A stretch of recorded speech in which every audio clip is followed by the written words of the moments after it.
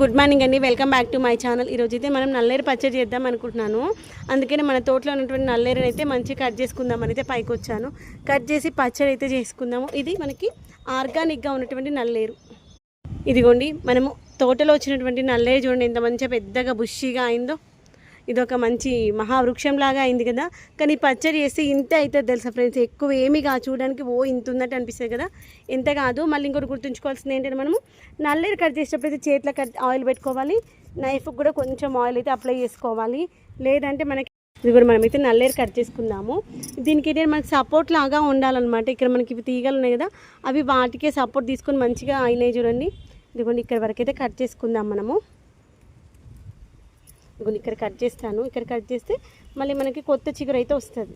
ఇక్కడ వీటికి కనుపులాగా ఉంటాయి. ఆ కనుపుల వరకు మనం కట్ చేసుకోవాలన్నమాట.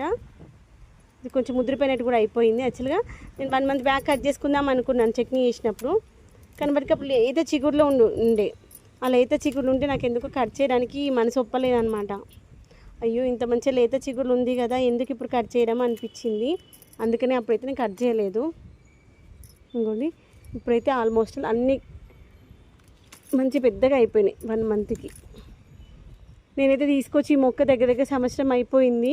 ఇక్కడ మన దగ్గరలో ఇంటి దగ్గర ఉందన్నమాట బయట. చిన్న కనుపు తెచ్చుకున్నా చాలు.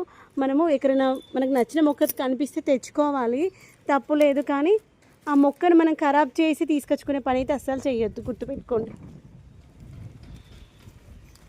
ఇలాంటి మొక్కలు మనకి నర్సరీలో కూడా దొరకవు కాబట్టి దొరికిన దగ్గరికి వెళ్ళి తెచ్చుకోవాలి.